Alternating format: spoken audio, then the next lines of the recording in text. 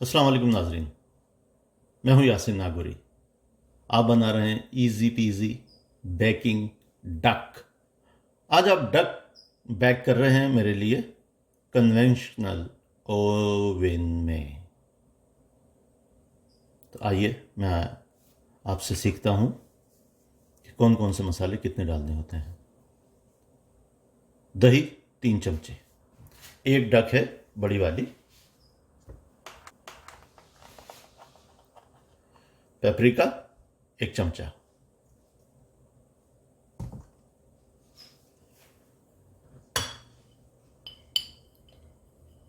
नाज़रीन ये है ज़ीरा और धनिया टोस्ट किया हुआ, कम से कम छोटे वाले चमचे हैं ये, तो 2 चमचे चल सकते हैं।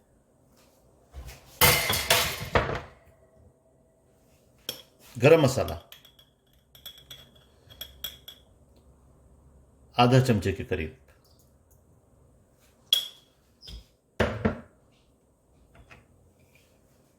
लाल मिर्च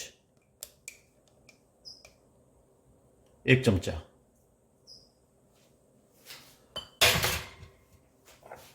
काली मिर्च 1 चमचा,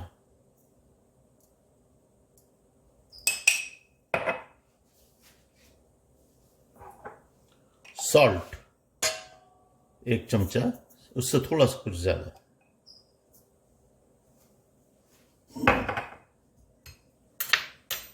मसाले हो गए डन। थोड़ा सा soya sauce,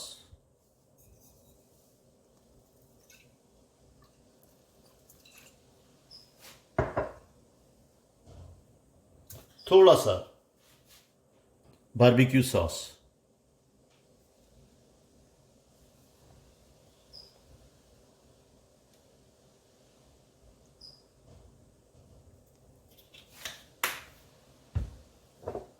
ginger garlic paste 2 चमचे,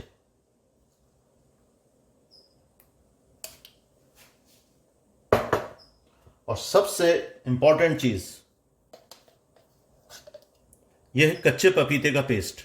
क्योंकि डक चिकन से बहुत ज्यादा हैवी होती है, लाइक बकरे का गोश्त, तो उसको गलाना बहुत मुश्किल है। तो 1 बड़ा चमचा और थोड़ा सा एक्स्ट्रा।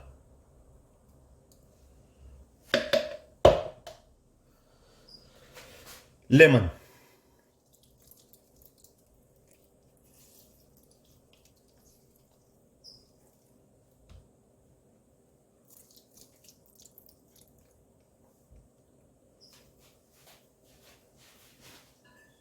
थोड़ा सा ऑयल,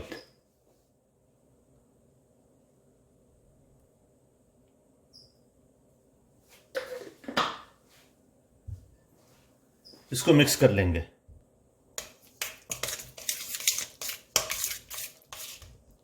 नाज़रीन किराम, डक साहिबा इस वक्त बहुत गुस्से में है। वो काफ़ी देर से इंतज़ार कर रही थी और वो कह रही थी बस अब जल्दी करो जो है। तो ये हमने इसको मैरिनेट करना शुरू कर दिया। आप चाहें तो इसमें थोड़ी सी हल्दी डाल लें, और अगर आपके पास कश्मीरी मिर्च है तो वो आपको बहुत अच्छा कलर देगी।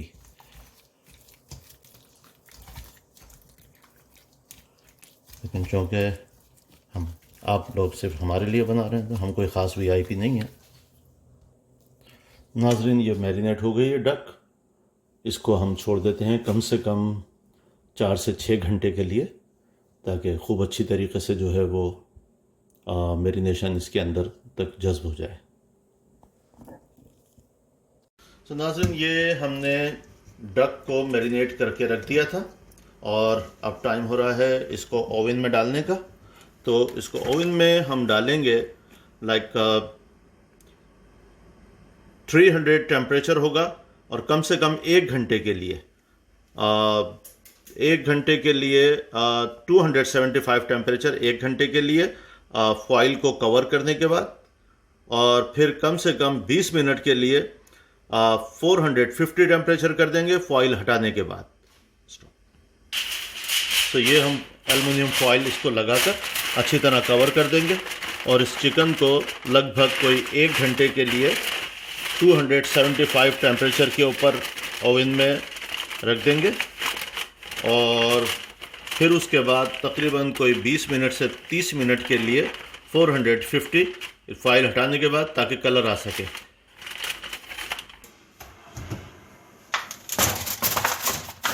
ये इसको छोड़ देते हैं। तो नाज़रीन, ये टाइम तो हो गया है इसका, अब देखते हैं और इसको फिर हम